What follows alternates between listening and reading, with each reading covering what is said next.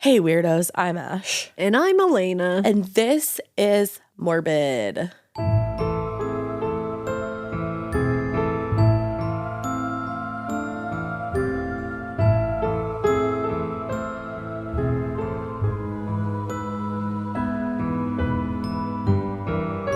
This is Morbid. Morbid, and I have a tummy ache. Tummy troubles abound over there. Elena made me get Taco Bell today. And that was a bad idea. And in the last episode, if you heard that I had a Baja Blast, don't worry. I don't just have Taco Bell every day. This is the same day. Bulk recording. Bulk recording. Party. So she was very excited about it in the first episode. You'll hear a marked difference. Yeah, the energy has dwindled a little IBS girlies out there, everybody. I feel for you. Do you guys eat Taco Bell? Do you do that to yourselves? I feel like people do. I can't go to Taco Bell. I have IBS. I have RBS. I do not. And I'm sorry that you go through this. It is remarkable that you don't have stomach issues. I know. I'm my dad. I know. I got my dad's stomach. I don't know. That boy is like almost 80 years old and he can still eat like buffalo chicken in the middle of the night if he wanted to. He does do that. I don't know if my dad has a bad stomach or not. And I don't know about my mom either. So she has a bad stomach. Yeah, probs. Got it from mom. Ma'am. Ma'am. I got it from Ma. She has a bad stomach. Anyway. Bad stomach. Enough about my digestive issues. Do you know? I have a very crazy tale today. A very sad tale, of course, because you're listening to Morbid. This is going to be about the murder of one Albert Snyder. Oh, Albert is such a... Albert... Nope, it's not. Albert Fish. I was going to say Albert... There's never been an unkind Albert. So this Albert... Rumor has it he, wasn't the kindest. Yeah, now that I'm thinking about it, I don't know a kind Albert. I don't know an Albert. Just flipped that switch a little bit. Yeah. Well, here's the thing, though. He's said to have not been the kindest by some people who didn't do the kindest thing to him. So take it with a giant grain of salt. Yeah, exactly. Kind of thing. Take it with half a grain of salt. Yeah. So, but if we're going to talk about Albert Snyder, first we have to talk about Mamie Ruth Brown, who was later married to Albert Snyder. So let's do that. Let's do it. Mamie Ruth Brown was born in New York, New York, to Harry and Josephine Brown on March 27th, 1895. City so nice they named it twice. Harry had moved to New York from Norway. He loves places that start with N. Look it. We love a Norwegian. Yeah, this was decades earlier that he moved there. And when he did, he met Josephine, who had also come to the U.S., but she came from a coastal village in Sweden. I'm obsessed with all of that. Aren't you? Because I also love Swedish people. And I want to go to a coastal village in Sweden. Me too. I think I'd be so much better off. I think we all would. I probably wouldn't even have IBS, actually. Probably. I don't think they have it there. They don't even know what it is. That's their claim to fame. We're Sweden. We don't have IBS. Swedish people. Do you have stomach problems? I feel like you don't. Probably not. I think that's highly American. Because I feel like you're lovely. And it's nice there. Less processed. Let us know. Do you have IBS, Sweden? Hit us up. I would like to know. Me too. Well, initially the family, which included Ruth's older brother Andrew, lived in a small apartment on Manhattan's west side on Morningside Avenue. Oh. Within a few years, though, they moved north to a less developed part of the city where they shared a rented house with Harry's nephew and brother-in-law. Now, even though they had worked to earn enough financial stability to move out of the slums of Morningside Avenue, the Browns had what author Landis McClellar describes as a desperately hard life. Yeah. That sounds great. No. Harry Brown had... No. No. Harry Brown did have reliable employment as a carpenter and a contractor, but he also had a lot of health issues, and most of the time he wasn't able to work at all because of untreated epilepsy. Ooh. Yeah. So the family had to rely on boarders to help cover the rent. And on the occasions when Harry was unable to work, Josephine would have to find temporary work as a sickroom attendant or practical nurse, kind of just leaving the children to fend for themselves at home. Yeah. Aside from their financial constraints, Harry and Josephine always managed to provide the essentials for their kids. They never went without food, clothing, or shelter. the basics. That's good. But in comparison to a lot of other families living in poverty in New York at the time, the Browns could have considered themselves lucky. Ruth just never saw it that way. Years later, when she was asked about her childhood, she recalled that it was, quote, dominated by a sense of deprivation and want. That's sad. I know. Like, she had food, she had shelter, but she and her brother never got the luxuries of new toys and fancy clothes like a lot of other kids in their neighborhood did. Because remember, they were able to work and, like, move to a nicer neighborhood, but they couldn't really keep up with the Joneses. Yeah, and that's sad. Also, a little after her 6th birthday, Ruth was hospitalized and had to have intestinal surgery, which was the first of a ton of health problems that she would go through while she was still pretty young. Oh, man. Just a few years later, at 9 years old, she suffered severe sunstroke, and it actually required medical attention. And after that, she started to experience fainting spells, which she actually blamed on her dad's epilepsy, but there's no evidence to support that there was a link between the two. She just kind of surmised that maybe there was. Put that link in there. Yeah. But the most difficult of these problems by far was an ongoing problem with her appendix that all started with a botched appendectomy when she was 12. Oh. Yeah. The thought of a botched one of those. No. No thanks. Nope. The thought of that in and of itself, an appendectomy, like It's terrifying. Yeah. But a botched one? Ooh, no. That caused years and years of physical and emotional pain, and her health problems left her unable to play with the other children in the neighborhood, so that caused her to feel isolated. Oh, that's sad. It's really sad. Now, when she was finished with the 8th grade, Ruth decided to quit school and actually take a job with the New York Telephone Company. It's kind of unclear why she left school, but author McClellar, who wrote the Double Indemnity Murders, notes that around the same time, Ruth had become romantically involved with one of her teachers. Oh. And, quote unquote, the two carried on a romance during vacation months. Oh. Now, when the school year resumed in the fall, Ruth became intensely jealous of any other girl who showed any kind of interest in this teacher. No. And on a few occasions, that jealousy actually escalated to violence. Oh, no. McClellar wrote, "This would explain the sudden decision to leave school. Perhaps she was caught fooling around with a teacher, and he was fired and she was expelled, or maybe she quit in disgrace." Oh, man. Yeah. Yikes. Very scandalo. Scandalo, Yeah. as Jessica I was would trying say. to think of the word. Yeah. Whatever her reasons for leaving, though, Ruth soon found that full-time work did suit her. In a really short time, she was making decent money, she was able to help support her family, and she also still had money left over for herself. And it was actually through her job at the phone company that she ended up meeting Albert Snyder. They met when she accidentally dialed the wrong number in 1915. Oh, my goodness. It's actually unknown who she was trying to reach, but she accidentally dialed Snyder's number, who was the editor of Motor Boating magazine. You have to laugh at that. That's there for you to laugh. Okay, it's called comedic relief. Thank you. Motor because- Boating magazine. But the confusion turned out to be lucky because by the end of that day, Ruth had quit her job at the phone company and accepted Snyder's job offer as the magazine's newest proofreader and copyist. Oh. Yeah. Look at that. Let's talk about Albert. Let's talk about it. Albert Snyder was born October 11th, 1882 in Kings County, New York, to Charles and Mary Snyder. They were German immigrants who had moved to Brooklyn several years earlier.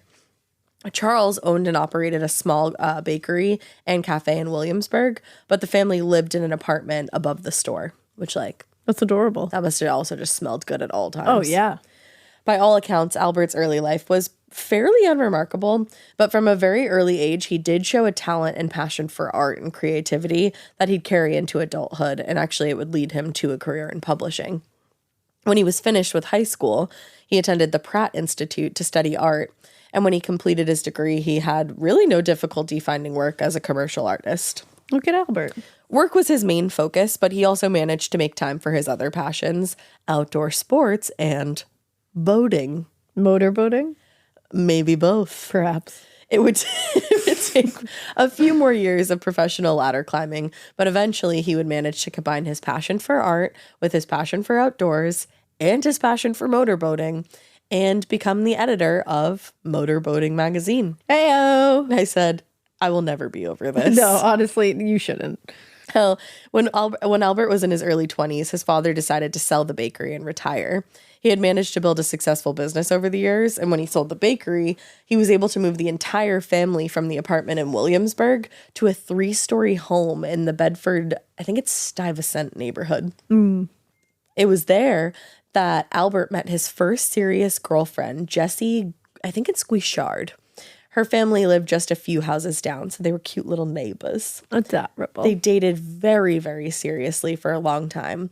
And Albert was devastated when in the fall of 1912, Jessie died from pneumonia at age 30. Oh. McClellar wrote, Snyder never really got over Jessie. He treasured his scrapbooks filled with meticulously dated and captioned photographs of her, and every day until his death, he wore a keepsake pin inscribed JG. Oh, that's heartbreaking. Yeah, that was like real love. They were soulmates. Yeah. He may never have gotten over Jessie, but for Albert, he did want to have his life continue to move on. He knew that he couldn't just sit around sad all day. So a year after her death in early 1913, Albert started working at Motorboating Magazine. I can't ever say it without laughing. Never will. I'm sorry. And a year later, he received that mistaken call from that young woman, Ruth, at the phone company. Oh. So when I first told you about this, I was like, it was really cute. She dialed the wrong number. And yeah, we love that. Then she ended up with a job. At first, Albert was actually annoyed by her mistake, and he hung up on her before she even had time to finish apologizing. Love that. And he usually would have left it at that, but for some reason, he ended up feeling guilty and just called her back to apologize for how rude he had been. Huh. Now, Ruth accepted the apology, and after a few minutes of casual small talk, he asked her if she wanted to come down to the publishing company to discuss a job opening. Look at that. It's kind of like kismet. I was going to say, what a chance opportunity. Definitely. Ruth accepted the invitation, and by the end of the day, she was the newest employee in the Hearst Company's secretarial pool. Look at her. I know, just making her way up. Well, Albert may have still been heartbroken over the loss of Jessie, but that did not stop him from pursuing Ruth. Within days of starting the new job, he started making some advances, implying that, maybe he was romantically interested. There you go. On her first day of work, he snuck up behind her at her desk and started playing with her hair, and then asked her to join him for dinner that night. It was a very different time. It was the most different of times. Yeah. Because that would not be met with the same kind of reaction. Not today, you get Helga Pataki. Yeah, don't come play with my hair. Don't touch me. No. But, different time. Such a different time. Later that day, Ruth asked one of her coworkers whether she should go to dinner with him or not. And apparently the coworker replied, "Don't go stepping out with him, Brownie. You won't come back the same way you went out." Whoa. Which I just love the idea of her coworker being like, "I have all the hot tea and baby, you don't want to do that." And also it's like, I don't know, you made it sound kind of awesome. You won't come back the same way you went out could be so fucking great or it could be so fucking bad. And that's the thing. And I'm like, I don't know. That's not a gamble I'd take. That's a dice roll right there. It is. But it's still a roll of the dice. Yeah. You know? You never know. They made it sound all right. I don't know. It's kind of unclear what she was implying because we just said, it could have been one of two very extreme things. But it was enough to make Ruth decline the invitation. She wasn't ready to roll the die that night. No, she wasn't ready. No. Now, in the weeks that followed, Albert just kept on asking Ruth to go to lunch, go to dinner, any occasion he could find as an excuse for a date. And she kept refusing his invitations, remembering what her coworker had said. But eventually she relented and was like, "You know what? I'll go to lunch with you." According to Ruth, Albert's advances were always made, quote, "in the spirit of good fun," and she actually never felt threatened. She didn't feel like it was inappropriate at all. Well, that's good. And maybe that's why, after repeatedly refusing him for weeks, she eventually caved and would occasionally join him for lunch or dinner. So they were kind of casually dating. Yeah. A few months after starting the job at Motorboating Magazine, Always. Ruth was offered and accepted a better paying job with a printing company. No longer working at the publisher, she expected not to see Albert Snyder, but just a few days after starting her job, he showed up at the office and was like, "Hey, you want to go to lunch?" Yeah. Ruth didn't really have much interest in actually seriously dating Albert before, but the more he pursued her, the more viable of an option he became. After all, he had a stable job, he was cultured, he had an interest in the arts, and most importantly, he lavished her with gifts and nights out constantly. So there you go. Yeah. So they started dating, and he made the trip regularly downtown to take her to lunch, dinner, or to see a show. By Christmas 1914, he actually proposed to Ruth, but given the 13-year age difference between them, she was like, I don't think so. No thanks. But at her 20th birthday party a few months later, Albert showed up with flowers, a box of chocolates, and an expensive engagement ring. Whoa. And the grand gesture was enough to persuade Ruth to this time accept his proposal. Look at that. That felt like it happened escalated kind of fast. quickly. Wait, this is weird. The couple married July 24th, 1915. Whoa. What the fuck is that about? Because remember at the That's top of too this, weird. I said we're recording on the same day. You remember the Taco Bell day. And in your case, the murderer's They were birthday. born on July 24th. And in this case, they got married on July 24th, which, if you don't remember, was yesterday. What does that mean? That's too weird. That is weird. Of all the days in the year, there's 365 of them. There are. That's weird. We didn't do that on For that to purpose. happen once is weird. For that to happen twice is spooky. It's like the owl thing. I see one owl, I'm like, that's fun. I see two, I'm like, I'm a little weirded out. Exactly. What's going on? Yeah. Who, bitch. Who? I can only are handle you? one who. And even that's like just mystical as fuck. Yeah. Yeah. I don't love it. I don't know about that. That's the weird coincidence. But they did get married yesterday, but in Yesterday. 1915. Yeah. In a small ceremony, which was at the Browns family apartment, and a bunch of their friends and family attended. And then later they moved to a rented house in Bay Ridge, Brooklyn. If Ruth thought that married life was going to be a really, nice continuation of their relationship up to that point, she was pretty quickly disenchanted. Instead of the long lunches, the dinners, the nice gifts, all that kind of thing that had characterized most of their time dating, Albert immediately went back to the routine of his bachelor days. He used most of his time outside the office to pursue his own hobbies and putter around the house. Like he wasn't putting as much effort in now that he had gotten her. Yeah. You That makes sense. And on the weekends, he could typically be found on his boat, which was a 30-foot cabin cruiser that he named the Jessie G. Oh. In a tribute, obviously, to his late girlfriend. Okay, Which- I know this case and that I forgot about that part. And I'm like, oh. Yeah. Oh.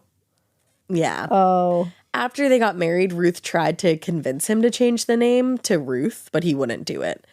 And I kind of see both sides here. I can too. Because it's like, okay, it wasn't like you got married and then he bought a boat and named it after his ex-girlfriend. He already had the boat. Yeah. But then at the same time, like, I don't know that I would want to be on my husband's boat named after another girl, no matter like when it was named. Yeah. But then the fact that she died, like, that's tough. Yeah, that's really tough. I can see both sides. I can understand him not wanting to change it. Yeah. And I can understand her wanting him to change it. I think you just kind of have to agree to disagree there. Yeah. But then, like, do you get on the boat?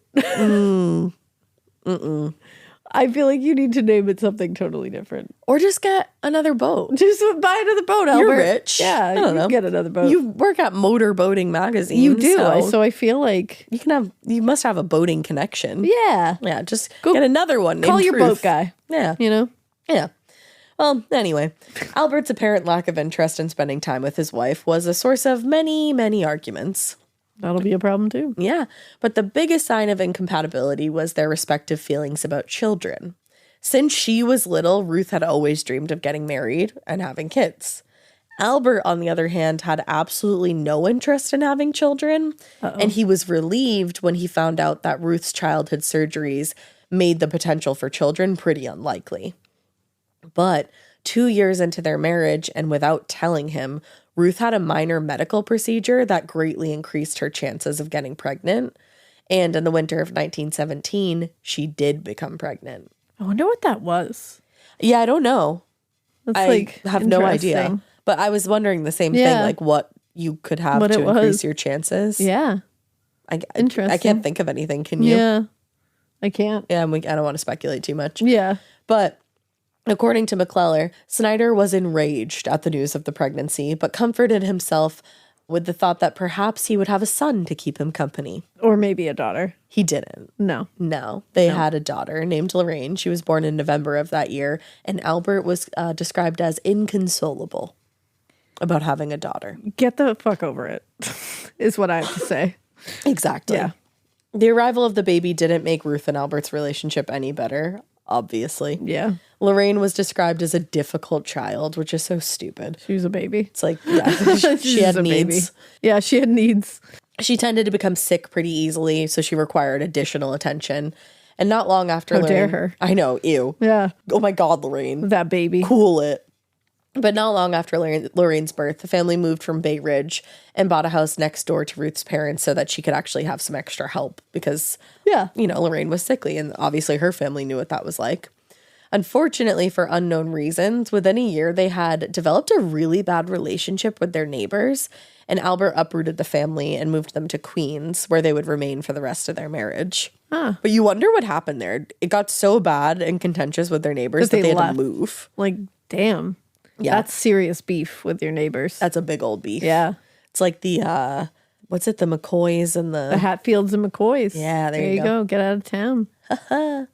Now later, Ruth would repeatedly claim that Albert was quote unquote cruel to his daughter and abusive towards both of them. It's unclear if this is true or not, and you, like I said, have to take her word with a grain of source. Remember, with a grain of source. With a grain of source. With a grain of sand. Remember the source. But there's no denying that the two of them were unhappy in their marriage.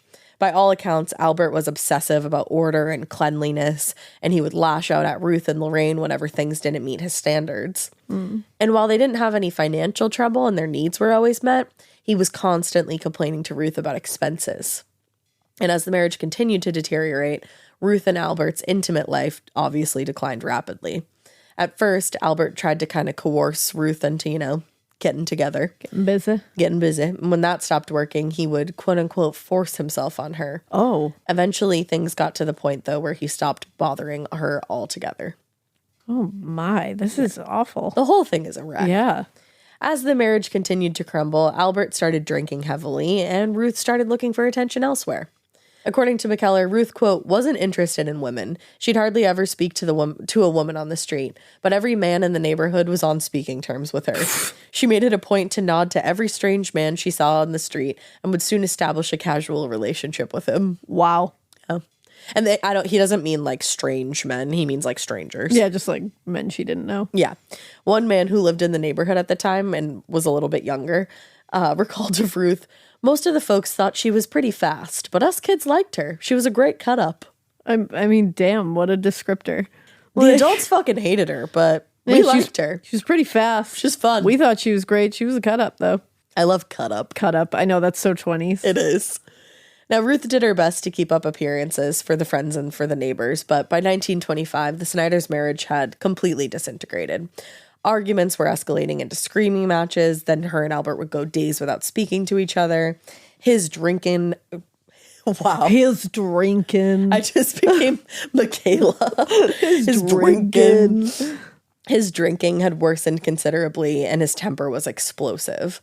On one occasion, when a neighborhood boy accidentally sent a baseball through the Snyders' window, Albert was said to have chased the boy down the street, quote, into the boy's own living room, where he pummeled him within an inch of his life. I'm sorry, what?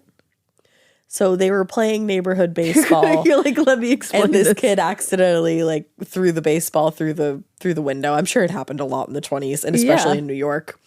And Albert was very angry and allegedly found that boy and allegedly beat him almost to death. That's wild. That's one way to describe it. That's feral behavior. It is. If true. If true. Because obviously he's not around to dispel any of this. Exactly. And he wasn't at the time either. Exactly. But that wasn't even just Ruth saying that. That was like somebody's like other recollection. People saying, yeah, if that's somebody's recollection, it's like, damn, Albert. Yeah. Holy shit. And people did also remember that his tendency to blow up at neighbors was bad, but it was no worse than the emotional abuse and manipulation that was directed at Lorraine. No. Once, and this is a trigger warning for pretty much like child abuse. Once, when she refused to eat her morning oatmeal, Albert got so angry that he locked himself in his bedroom and told her he was going to shoot himself with a pistol because she wouldn't eat her oatmeal for breakfast. Get it together. Yeah. Get it together. I think they had just argued themselves into such a negative space where he was drinking and I think he had become somebody entirely different because he was unhappy and trying to make that better with alcohol. Man. And Ruth was unhappy and trying to make that better with like stepping out the side. Woof. It was just bad. Oh, that's really bad.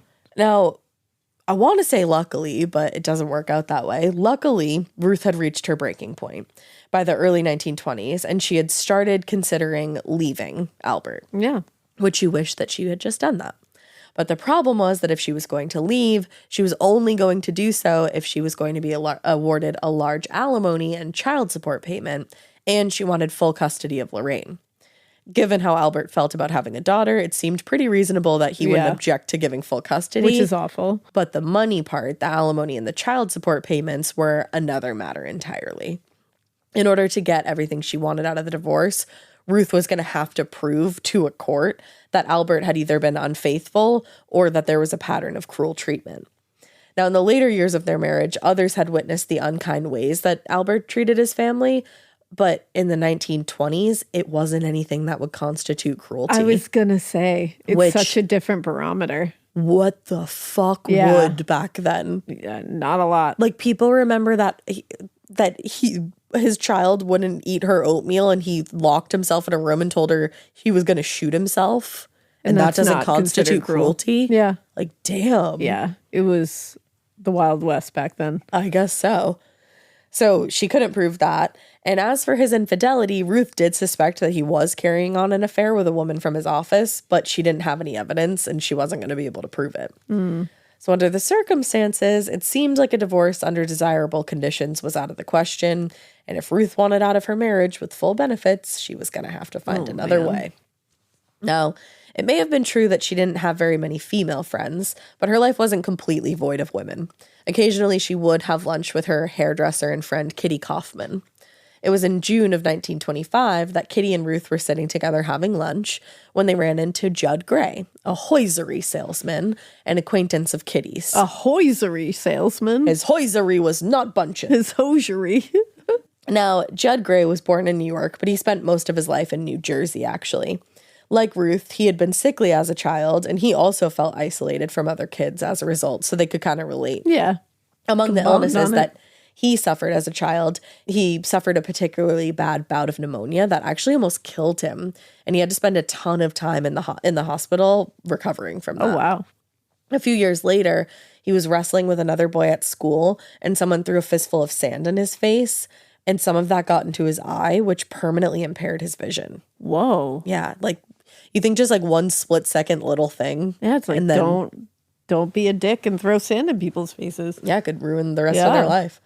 But these setbacks in his younger years had left him a pretty shy, introverted child. He struggled to make friends with other boys, and he spent most of his time with his mother and his sister, who he was really, really close to. He adored them. Okay. His awkward social skills left him with a lifelong feeling of inadequacy and a desperate desire to be included by his peers. Now, luckily, in 1908, when he was only 16, he ended up meeting his future wife, Isabel Kallenbach. But according to McKellar, even Gray's falling in love was motivated by a desire to be one of the gang.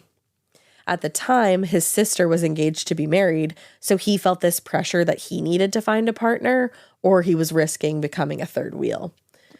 So, unfortunately, the positive addition of romance into his life was kind of offset by the fact that his father's attempt to transition from jeweler to jewelry manufacturer hadn't gone very well, and Judd was forced to quit school and become a salesman to help support the family. Oh, wow. So all of a sudden, he's got like a lot of change going on in his life.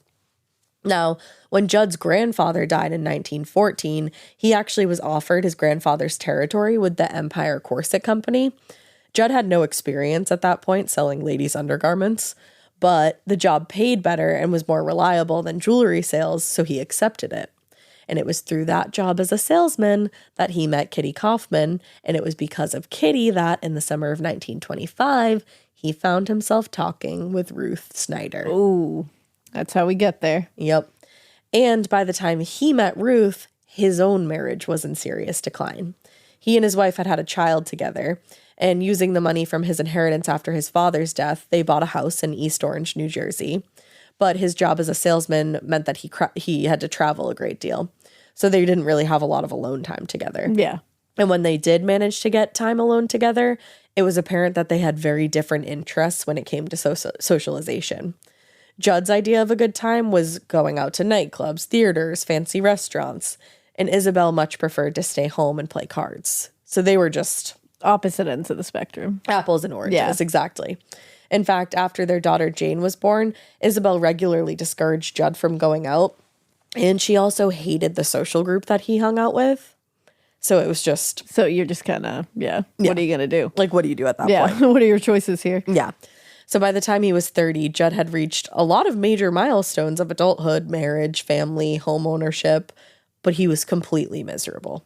Damn. Now that afternoon, when he joined Kitty and Ruth for lunch at Henry's, which was a Swedish restaurant on 34th Street, they spent the afternoon just drinking highballs and chatting and laughing. Drinking highballs. Judd and Ruth enjoyed each other's company so much that they decided to get another drink together after Kitty left. And then another one and another one. Now, when the afternoon inevitably had come to a close, Judd was so reluctant to leave that he insisted Ruth come see him at his office the next day to accept a free corset, and also insisted that she write to him whenever he was out on the road. Oh. Yeah. Oh. The relationship had begun innocently enough, I guess you could say, sort of. It happened by like happenstance, but soon it became an all-consuming affair. For Judd, whose experience with women was literally just limited to his mother, his sister, and his wife, who he met at 16, Ruth was something of a wild woman. Remember, she's a cutout. Or a cut-up. She's a cutout. She's a cut-up. She was exciting. She was sexually liberated. She was socially uninhibited. She was a great time. Yeah, she's a cut-up, man. In Judd, Ruth found that initial spark that had actually first drawn her to her own husband, Albert. He was attentive. He lavished her with gifts, attention. He loved going out, going to shows and restaurants. Like, it was literally like her and Albert's early days. Yeah. So it's like bringing her back. Mm-hmm. But his sales route kept him away more often than either of them would have liked.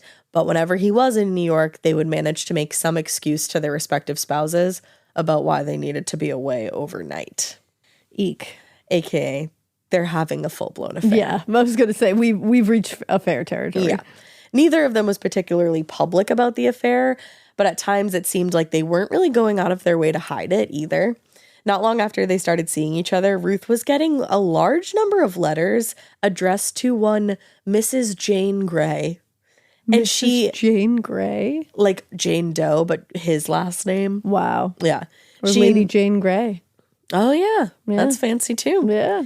And she told the postal worker to only deliver these specific letters to her, not to give them to anybody else. Yeah, don't worry about it, though. No, it's fine. Not suspicious at all. Don't be suspicious. Don't be suspicious.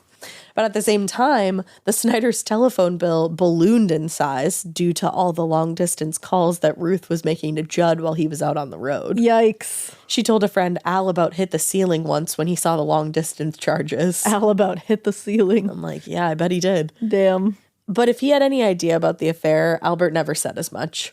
He also had a history of infidelity and was very likely having his own affair at the same time. Jesus. So he's like, who gives a shit? He's like, yeah, I guess we're both doing that. We're very unhappy. But more importantly, by 1925, when the affair had begun, their marriage was like completely destroyed. So neither of them cared. They fought constantly, though, and their latest subject of debate was around their daughter. Ruth was willing to stay in the unhappy marriage, but she was determined to get Lorraine out of the house as soon as possible, and she wanted to send her to a boarding school. I think because things were so dysfunctional. She just didn't want her around that. Yeah, she thought it would be better. In fact, she actually started working part-time selling stock in a dental supply company door to door, trying to save some money to make it so she could send Lorraine away. Oh, wow. But Albert was completely opposed to this. He did not want to send Lorraine away. Which is shocking. I know, exactly. But according to McKellar, shortly after the argument, Mrs. Snyder became interested in insurance. Wow, what an unrelated thing. Yeah. That won't have any bearing on this, I'm sure. No, not at all. No. At first, her curiosity about insurance seemed rather innocuous. If Judd carried about $30,000 in life insurance, why did Albert, who had 2 recent brushes actually with accidental death, only carry 1,000. Why? I don't know. In late November of 1925, Ruth said the same thing. She said, I don't know why he doesn't do this. So she invited an insurance agent, Leroy Ashfield, to the house to discuss increasing Albert's life insurance. I know back then nobody knew that was a red flag yet. We know better now. We definitely know 2024, better. we can all agree. Your spouse invites an insurance agent over to the house to discuss your life insurance and increasing it. Lock the doors. That's a problem. Sneak out the back and book a flight somewhere where they'll never find you. You want to go to a safe place. Yes. But with the extra income she was receiving monthly from her father's estate following his death, they could definitely afford more insurance. And to her surprise, Albert agreed. Oh, my. A few days later, he called Ashfield's office and told them to write up a new policy for $50,000 with Ruth listed as the beneficiary. Whoa. The policy also included a double indemnity clause, meaning that the company would pay double that in the event of an accidental death. So if he died by accident, she would actually get $100,000. Oh, man. Yes. On the morning of March 20th, 1927, 9-year-old Lorraine Snyder was awoken by a strange sound at her bedroom door. She's only 9. I know, she's a little baby. The family had been out at a party the night before, and she stayed up later than midnight, so she was groggier than usual. And it took her a few seconds before she realized it was actually a light tapping that she was hearing at her door. So she called up for her mom and dad, but got no answer. So she got out of bed and opened the door. And lying on the floor with her wrists and ankles bound together and a handkerchief stuffed in her mouth was her mother, Ruth, who had been tapping at the door lightly for some time. That's so terrifying. Mm-hmm. So Lorraine removed the gag, and Ruth told her to run to the phone and call their neighbor, Mr. Mulhauser, for help. Mr. Mulhauser arrived a few moments later and helped Ruth undo the rest of the bindings while she gave her best recollection of what had happened. She told him, "They hit me over the head and tied me up. I'm afraid for Albert." Uh-oh. So Mulhauser went to the couple's bedroom and found that on one of their twin beds, quote, the covers were piled in a heap, blood-stained in 2 or 3 places. He pulled back the covers and discovered a badly beaten Albert Snyder, who had 2 large gashes in his head and a picture-hanging wire wrapped tightly around his neck. Oh, that's awful. Yeah. When the police arrived, Ruth gave them the full account of what happened the night before. She said they had been out at the home of their friend George Hugh, and Albert and George actually got into an argument that eventually caused the Snyders to leave. She said around 2 a.m., right as she was getting ready for bed, she heard a board squeak in the hallway, and she went to check, which is when she said 2 men came into the house. She said they were both strangers. One man, a giant, seized her by the throat and hit her over the head. After that, she said she could remember nothing until she woke up on the floor in the hall several hours later. Wow. Yeah, crazy. So Mr. Mulhauser called another neighbor, George. George. George Koya. And the 2 men helped Ruth into Lorraine's room before they called the police. The first to arrive at the house were patrolman Robert Tucker and Edmund Schultes, who immediately evacuated the scene. They evacuated the area. I have Taco Bell, IBS, indigestion, and I'm dying. I have evacuation on the brain. You do. They immediately evaluated the scene as a robbery gone wrong. They briefly questioned Ruth, who just kept telling them the same story that she told the neighbors. Yeah. And they started searching the home. Later, both men would recall at no time during her original questioning did Ruth ask about her husband or even seem remotely interested in how he was doing. She forgot that part. Yeah. She forgot that part of the script. She should have wrote that on her hand. She was too focused. About Albert. Yeah, too focused on the story and not focused enough on, like, also act like a human. Yeah. Yeah. Also worry about your husband, sister. A short time later, an ambulance arrived along with local physician Dr. Vincent Juster. The doctor made a quick evaluation of Albert's body and estimated he'd been dead about 6 hours. He placed his time of death right about the time that Ruth claimed they got home from the party. Juster examined Ruth, and despite what she'd claimed about being hit on the head, he could not find a single injury anywhere on her head or anywhere else on her body. And could find nothing that would have caused her to lose consciousness for an extended period of time, like she had claimed. Did you forget that part too? Yeah, she did not knock her noggin. The fact that she was like, I got hit in the head and passed out for several hours. And didn't think that she should probably get herself a head wound. No. Okay. She said, how would they know? Yeah, how are they going to know? How are they going to know? They won't know. Rather than being disoriented, also, like you would expect from somebody who had been hit over the head and lost consciousness for multiple hours. Perhaps. He noted that Ruth seemed calm and collected. Because she wasn't hit over the head. Pretty much. Albert's body, though, was transferred to the medical examiner's office where the autopsy was conducted by Dr. Howard Neal. The first observation that he noted was that Albert had 2 wounds on his head, one on the back of the skull and the other on the right near the forehead, both about 1 inch long and about 1/2 inch wide. Both had been inflicted with a blunt, heavy object, and although they did look superficial, they were the cause of death. Ooh. Another serious injury was caused by manual strangulation. The picture hanging wire that had been wrapped tightly around his neck had strangled him. Cut his skin. Yeah. Finally, and most curiously, there was a cotton rag stuffed into his mouth, and the strips of the same cotton fabric had been balled up and shoved into both of his nostrils. Oh my God. A chemical analysis would determine that the substance on the rag was chloroform. Wow. The same substance found on a blue handkerchief that was found on the bed at the crime scene. Whoa. Yeah, so he had been chloroformed like a ton. Yeah. Dr. Neal also evaluated Ruth at the hospital and came to the same conclusion that Juster had. It was very unlikely that she had ever lost consciousness at all, let alone for 5 or 6 hours like she'd claimed. And Neal also pointed out that her wrists didn't show any signs that you would expect from a person who had been bound for an extended period of time and also had struggled to free themselves like she said she had. The fact that they were already up on these little like nuances in 1920, like these kind of things. Isn't that cool? Interesting, yeah. There was no chafing, no rash, no irritation on her wrists. And when he heard the story that she had given the police, he laughed and said, 5 hours? 5 minutes would be more like it. Oh, you can't get past the forensic pathologist. You sure man. can't. The medical examiners are going to get you every time. Just like in your case. Just like in my case. Yeah. It was only a few hours since investigators had arrived at the Snyder's house, and already the cracks in Ruth's story were starting to show. Her injuries didn't match the story that she was telling at all, and neither did the condition of Albert's body. It wasn't uncommon for someone to be killed during the commission of a robbery, but when it did happen, it didn't look like what detectives had discovered in the Snyder's bedroom. In botched robberies, the victims might be stabbed or shot before somebody runs away. But in this case, the killer not only hit Albert in the head, they also tried to render him unconscious with a large amount of chloroform. Then they also violently strangled him with a wire. Yeah, that I was going to say that was a lot of stuff. A lot. For them to claim that they were just robbing. Yeah. Like if somebody had actually come into the Snyder house to rob them in the middle of the night, it seemed way more likely that no, they didn't come to rob, they came to kill. Yeah.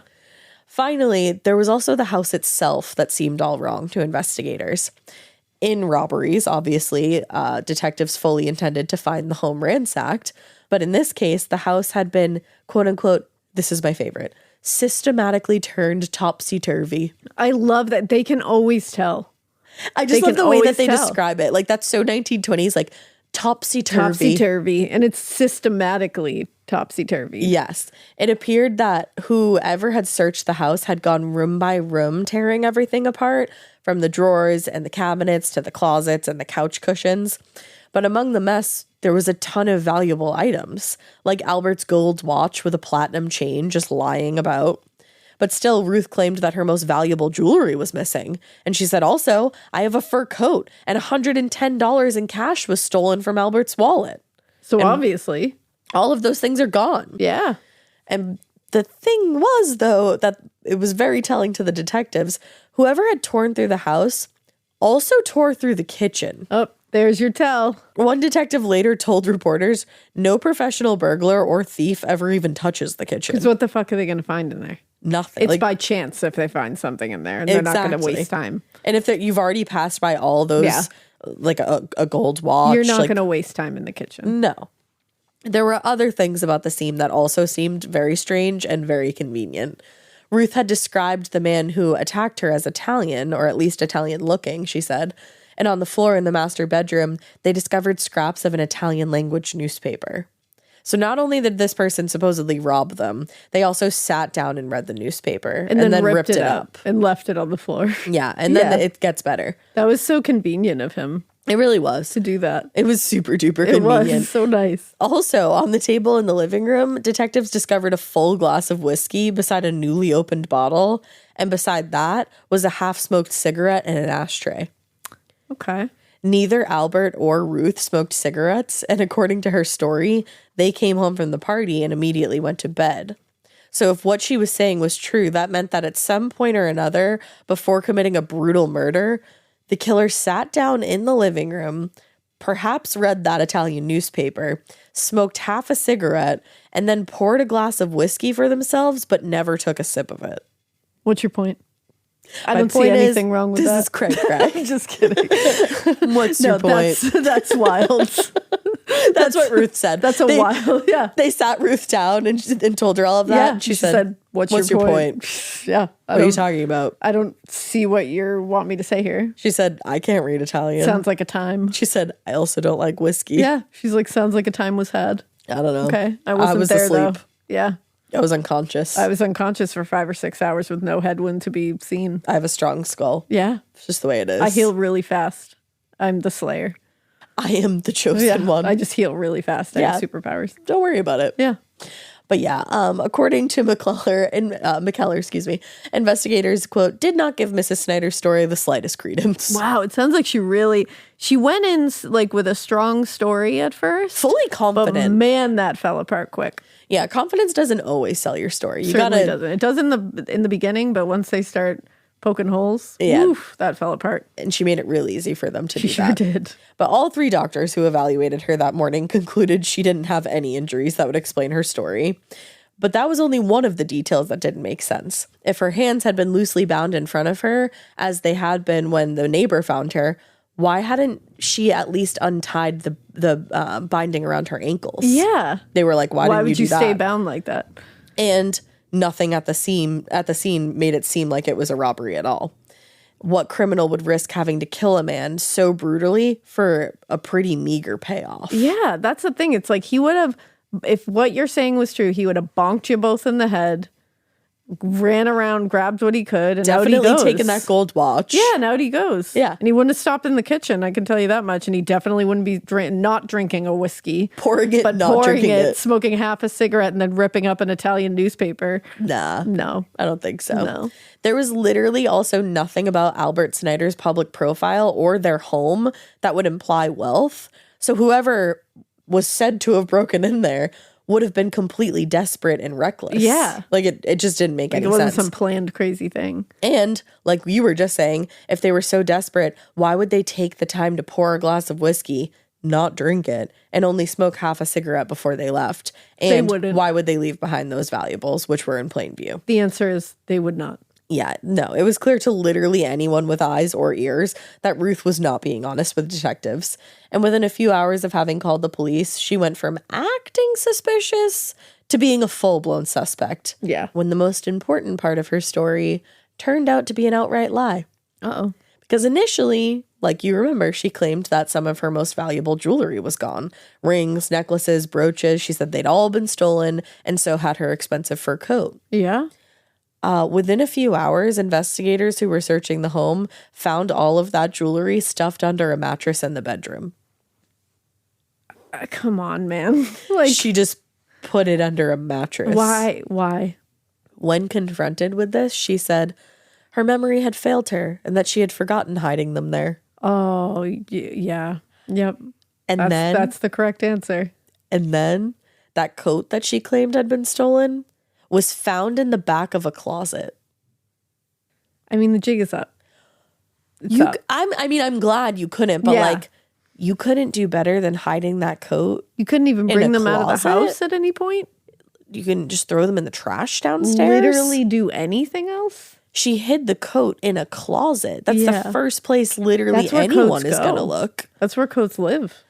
Yeah. Yeah. So, all things considered, that scene of a supposed burglary was starting to look like somebody had staged it. You don't say. And very badly at that. Once she was cleared by the doctor, Ruth was taken to the Jamaica precinct for further questions, which went on all day and well into the evening. Most interesting to the detectives asking the questions was how Ruth spoke of her now dead husband as though he was someone she didn't care for. Oh, no. When asked what kind of man he was, she replied, "Why, he was just the opposite from what I am. I'm young and I like to have a good time and go out to parties and dance. He liked to stick around the house." Like that's what we wanted to know. We were more asking, like a little deeper than that. Does he know anybody that would ransack your house? Essentially, she said, he doesn't like to party. And he's old. And they were like, that's not what we were asking. That's it. Thank you for that, though. Now, while she was being interviewed at the precinct, other officers started talking with the Snyder's friends and neighbors to get a more accurate picture of their relationship. Of greatest interest to them was a fight that Albert had supposedly got to on the night of the murder, but that turned out to be a dead end when they learned that it was kind of just a petty squabble between friends. Reports of a suspicious, quote-unquote, feeble-minded man seen in the area days before the murder were also investigated and quickly ruled out. And like we said, nothing about that scene suggested that any kind of break-in had occurred. The doors and the windows were all still locked from the inside, and none of the entrances appeared to have been tampered with. This was not well thought out, which I'm glad it wasn't because they got caught. But. Yeah.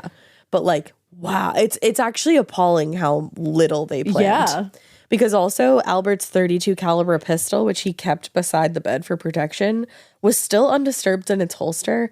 So if he'd seen the attacker at all, it hadn't been alarming enough for him to reach for his gun. That's interesting. Yeah. As detectives inside the Jamaica precinct continued questioning Ruth into the early hours of the morning, they were like really going for her.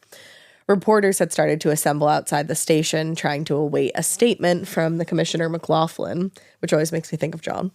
Yeah, you're right. Or District Attorney Thomas Thornton. However, much to their disappointment, when McLaughlin finally emerged at 1:30 in the morning, his statement was brief and vague. He said, "The investigation has not yet progressed far enough for me to make a definite statement." To the point. And if I was a reporter, I would have said, "Boring." Boring. Or if you were my youngest, you would say that. Yeah, boring. Now, McLaughlin might not have had anything to say about the investigation at 1:30 a.m., but just a few hours later, the case broke wide open when Ruth broke down and confessed to playing a role in her husband's death. Woo! However, she blamed the actual murder itself on her lover, Judd Gray. I was going to say Jude. It's Judd. According to Ruth, she secreted Gray in the house early Saturday evening, then accompanied her husband and daughter to the home of friends where they had a bridge party until after midnight. Once they returned home and Albert had fallen asleep, Gray emerged from his hiding place, snuck into the master bedroom where he struck Albert twice in the head with a sash weight, and then stuffed the chloroform rags into his mouth and nose before wrapping the wire around the man's neck and strangling him to death. Damn. It's like, why did you guys do all of that? Yeah. Once Albert was dead, Judd and Ruth went from one room to another, ransacking the house to make it seem like the place had been robbed. And then, after hiding what few valuables Ruth would claim had been stolen, Judd used the picture wire to gently bind her wrists and ankles and made sure she was comfortable in her bed before leaving the house. Wow. Yeah. Based on Ruth's confession, detectives searched for Judd Gray and eventually located him at a hotel in Syracuse, New York, where he was arrested on the afternoon of March 21st. With both suspects now in custody, it wasn't long before Ruth and Judd turned on each other and started accusing one another of being the killer. Of course. Because that literally always happens. In her confession, Ruth claimed things became unbearable and I was looking for a way out. And in talking with Mr. Gray, whereby we were talking about getting rid of him. Wow. It's like, wow. That just happens so casually. We were just getting really close and we were talking. And then I said, What if we got rid of my husband? You know, what if? According to Ruth, by February of 1927, Albert had become intolerably abusive and on multiple occasions actually even threatened to kill her. And when she told Judd about the threats, she said his response was that they should, quote, get Snyder before he got her. Wow. Yeah. When he was first arrested, Judd claimed he actually never even met Albert Snyder and had no idea what the detectives were talking about. When the charges against him were read, he said, "Do you think I'm crazy? Why, I've never even met Snyder. The woman must be crazy when she involves me in this thing." Bad person to set this up with. Yeah, exactly. According to Judd, his relationship with Ruth was flirty and friendly, but they never, or they only ever possibly had lunch 4 or 5 times at the most. To say you possibly did something 5 times is batshit crazy. Maybe. Possibly I did that 5 times. Yeah, possibly. What? Like, I don't know. Like, Could to it- say, could have been. possibly I might have done that once. Yeah. That's very believable. Yeah. Possibly I did that 5 times. You know what I mean? Like a whole handful of times, maybe. You did that. You did. But he said, so maybe I might have done that, but I never ever met her husband. Never. And he also claimed he had been in Syracuse the whole night that the murder even happened. And he also presented letters and phone records that supposedly proved he was at that hotel when Albert was killed. Unfortunately for him, detectives quickly determined that those letters had been mailed in advance and the phone calls had been prearranged to support his alibi. So, wrong. There's that. With his alibi rapidly crumbling, he decided to confess, but of course, he blamed Ruth. According to him, he did not want to kill Snyder, but he was coerced by Mrs. Snyder. That makes it better. Yeah, he said that she threatened to reveal their affair to his wife unless he helped her with the murder. Whoa. Now, both Ruth and Judd's confessions were very similar in that they each detailed how they'd met, how Ruth had been suffering in her relationship with an abusive man, and that one of the motives for the murder was the insurance payout she was going to get if Albert died. Of course. Where they differed, though, obviously, was who was ultimately responsible for Albert's death. According to Judd, he hit Albert once with the weight, but then Ruth, quote, picked up the weight and struck him over the head again. Whoa. So he was like, I only did it once. Yeah, and I wasn't the kill shot. Yeah. He explained that the plan had started months earlier, but he never believed they would actually go through with it. Guys, we were just talking about murdering no her one's husband. ever talking casually about murdering someone that they are close to. And also, It's never casual. you're inputting casually and you just don't think it's ever going to happen? Like what? You guys shouldn't be talking about this in a real way. He told investigators they began by saying things like, quote, wouldn't it be great if the old man would only pass away? Wow. But that the idea, quote unquote, remained in the wish state for a long time. That's actually a fairly pretty sentence. In another context. Yeah. You know? Remained in the wish state is beautiful. Yeah. Like, that's good writing. But it's in a different context. Yeah. Anyway, the idea eventually did turn into a kind of half joke that they shared until they finally started to, quote, talk about ways and means of making that wish come true. Wowzer. Yeah. If only it had remained in the wish state. Yeah. In his statement to the press, Queens District Attorney Richard Newcomb said, a more cold-blooded crime has never been conceived, and he vowed to prosecute both to the fullest extent of the law. I feel like they always say that. It's very hyperbolic. It is. I mean, like, it's it's a very cold-blooded, bad crime. Yeah. for sure. Very cold-blooded. But up there and in the bad ones, for sure. Definitely. But also, like, Jack the Ripper had already I was killed going to all say his Jack the victims at this Ripper had point in been time. around, so... But he announced that he planned to convene the grand jury as soon as humanly possible, and he was expecting indictments for first-degree murder. In the meantime, Judd and Ruth were arraigned on March 22nd, and despite both having confessed, they entered pleas of not guilty. According to Ruth's lawyer, quote, the confession was wrung from her by duress. And Judd's lawyer, quote, hinted that a plea of insanity might be entered later. I feel like we're coming across that so often lately. According to the New York Times, while Judd had also recanted his confession, he almost immediately contradicted himself when he saw his wife later that day. You don't say. Imagine being that poor woman. Yeah. Not only do you learn that your man has been cheating on you, but that he is now involved in a murder case. Because he murdered his mistress's husband. husband for her. Yeah. But when Mrs. Gray asked her husband whether or not he had done what he'd been accused of, he, quote, hung his head, then nodded and said yes. Oh, that's gut-wrenching. Yeah. It's like out of a movie. Yeah. On March 24th, just 2 days after being charged, District Attorney Newcomb's prediction came true when the grand jury handed down indictments for first-degree murder for both Ruth and Judd. In total, the grand jury heard testimony from 8 witnesses and viewed the full extent of the physical evidence, and they also heard full confessions from both of the accused. When the indictments were returned, Newcomb asked for a trial date of April 4th, which was less than 2 weeks away. Whoa. He said this will allow ample time for the defense to prepare, and there's no reason for any longer delay. He's like, shut up. He's like, we're doing this. We need to get it done. Let's go. Get it done. After the indictments were returned, Ruth and Judd both gave interviews to the press where they both reasserted their defenses. Judd repeated his claim that he had only participated in the murder because Ruth threatened to expose their affair, but it was Ruth who struck the killing blow with the sash weight. He did not kill the man. He only participated. No way. I did the first one, not the second. It's like, does that really make it that much better? You're still bad. Yeah. Ruth, on the other hand, denied any responsibility and stuck to her story that her confession had been coerced. When a reporter asked her directly whether she participated in the murder of her husband, she said, God, no, and insisted that Albert was her first and only love. Wow. Fake. Wow. She also gave a somewhat dishonest description of her relationship with Judd, claiming that for more than a year their friendship had been purely platonic. Also wrong. Doubt it. She said, it never would have been otherwise if my husband loved me, but Albert ceased to care for me. And then she paused for a moment before adding, oh, I'm awfully sorry about this. I bet you are. I bet. In the days leading up to the trial, her lawyer desperately tried to get the trial separated, likely knowing that being tied to Judd would only make his client look more guilty. In fact, when the press considered Ruth's culpability alone, there was a growing consensus that it was, quote, unthinkable that a jury of men will condemn pretty Ruth Snyder to death. They won't find her guilty. She's gorge. Not that hot cut up there. Yeah, no, never. Yeah. Judd's defense team, on the other hand, was determined to prevent that from happening. Given that no Queen's jury had ever sentenced a woman to death, he stood a much better chance of avoiding the death penalty if he were to be tried alongside Ruth. I love that they had opposite reasons for it. Yeah, exactly.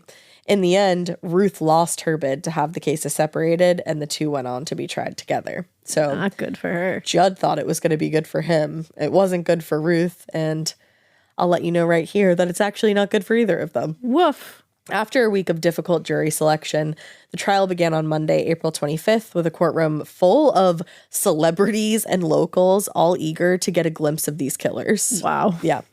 What a different time. Outside the courthouse, vendors sold popcorn and hot dogs while the overflow crowd attempted to see through doors and windows. Wow. At one point, a guy even arrived with a load of wood and tried to build a foot riser to see in the windows. Now that's just innovative. That is innovative. That's just putting your skills to good use. But eventually they told him to go away. Yeah, I mean, you can't do that. But like, could you... Somebody must have like patted him on the back and been like, in another situation, this was pretty good. Absolutely. This was pretty smart. I would have. In his opening statement, District Attorney Newcomb laid out the case in pretty simple terms. He said Ruth Snyder and Judd Gray had been involved in an affair for over a year, and eventually they decided to murder Albert in order to, one, avoid the stigma and problems of a divorce, and also to access that large life insurance payout that Ruth was going to get upon his death. Newcomb assured the jury that the state would prove beyond a reasonable doubt that the death was not an impulsive act, but was the result of constant and repeated planning that went back many months, and that both of the accused were equally responsible for this murder. Bam. Yeah. In the days that followed, the prosecution called a number of witnesses. They presented considerable evidence in support of their theory that Albert Snyder's death had been the result of a conspiracy perpetrated by his wife and Judd Gray. Among the most damning evidence was the insurance policy, which Newcomb claimed Snyder had been, quote, tricked into signing without reading it, studying it, or knowing what it was about. How did that even happen? According to Leroy Ashfield, the agent from the Prudential Life Insurance Company, Ruth convinced her husband to sign the document in which the amounts had been left blank, and Ashfield filled in the highest amounts once it had been signed. And once it had been signed, Ruth, quote, paid all the premiums herself and gave instructions that all mail relating to this policy be sent only to her. And no one thought that was a little strange. Imagine the poor postal worker that worked for her or had her on his route. Yeah. Yikes. The insurance documents and testimony from Ashfield were definitely the most compelling evidence of a conspiracy, but by far the most damning evidence was the written confessions that both of these fuckers made when they were arrested. It always is. And both of those were read aloud for the jury. In Judd's confession, he claimed, with some veiled threats and intense lovemaking, she reached the point where she got me in such a whirl that I didn't even know where I was at. Like, wow. Okay. that's just saying we had good sex and she convinced me to murder her husband. Yeah, exactly. That's the worst excuse ever. I'm not very sympathetic to it. My friend. And he admitted that he played some role in Snyder's murder, but he said he only had done so because Ruth, quote, hounded him into the crime. He went on to say that Ruth had actually already tried to kill Albert 6 times prior to the final act. And when he first learned of her plans, he was horrified and told her so. It's like, but you still showed up to take part in this. Like, so that doesn't matter. Like, Ruth is like, I tried it 6 times. And he's like, what? I'm shocked that you would kill your husband. That's crazy. What? After the prosecution rested their case, Ruth's defense team took over and called their first witness, Ruth Snyder. Oh. In the weeks since her arrest, she had gone from confessing to the murder to now not only claiming that she played no part in it, but that she had actually tried to save her husband from Judd Gray. Wow. According to Ruth, she, quote, found Judd Gray kneeling on the back of the sleeping man, hitting him with a sash weight, and she dragged him off. I bet. Yeah, totally. I bet that's what happened. She claimed at that point he threatened her with a pistol and told her not to interfere or he would kill her. She told the jury, I was mortally afraid of him. I saw what a terrible man he was. I couldn't see any other way out than to do what he asked me to do. This is so real. It's like, well, what did he ask you to do? Because you just said you played no part in this other than trying to stop him. Yeah. So you just contradicted yourself. So what? So what is it you're saying, ma'am? Throughout her hours of testimony, the press noted the attitude of the courtroom was generally not one which would communicate sympathy for the witness. You don't say. And if she wasn't getting much sympathy from the men on the jury, she was going to get even less from Newcomb on cross-examination. For hours, he went point by point in her testimony and called into question every inaccuracy and every conflict. And she mostly responded with, I don't know, or I don't remember. Which is definitely translates to, you got me. Yeah, exactly. The trial finally came to a close on May 9th, 1927, when the jury retired for deliberations. Before sending the jury out, Justice Townsend Scudder reminded the jury of their charge. The defendant Gray contends that the suggestion to murder Albert Snyder was first made by the defendant Snyder. The defendant Snyder contends that the suggestion to murder Albert Snyder was first made by the defendant Gray. He says she proposed it. She says he proposed it. It is your duty to ascertain and declare the facts. Act without fear or favor, without sympathy or prejudice. Find the truth in the evidence, follow it, and apply the law the court has given you, and bring in a just verdict. Somebody went booyah. It's after like that. Don't you just picture them in like a group huddle? Yes. Like on the sideline? That was like a coach's pump up speech before the big game. At the end, he just said like, hands in. Yeah, absolutely. No, they all went hoorah. Hoorah. Just before 7 p.m. on May 10th, the jury emerged from deliberation to find Ruth and Judd both guilty of first-degree murder. That I was actually a little shocked by that, just because of like how messy this whole thing was. Yeah. You know, like it could have easily gone another way. Definitely. Where like one of them got out of it. I know. And you would usually think that it would be Ruth just because of the time period and the fact that like she was pretty. So they thought she might be able to kind of sway the jury. But I think it was them together. Exactly. I think it did not work. I mean, I think she was guilty also, but like I don't think it worked in her favor. I think it was together. Yeah, them being together and just the evidence at the house. Like, I mean, you can't get her saying all her shit was missing and then them finding it hidden.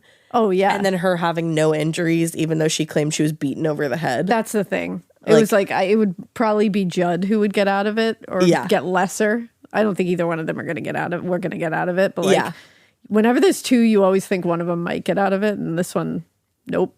Well, and this is actually interesting. And it's funny that you say this right now, because in the case of Judd, 11 of the 12 jurymen voted guilty and one juror left his decision blank. Interesting. They actually believed that Judd had been telling the truth, but they couldn't ignore the fact that he had voluntarily participated in the murder, so they didn't really have a choice but to find him guilty. Yeah, that makes sense. They believed what he was saying. Like that he was saying he didn't intend to, or that he wasn't going there to do that, or that, But that like she had kind of like swindled him into it.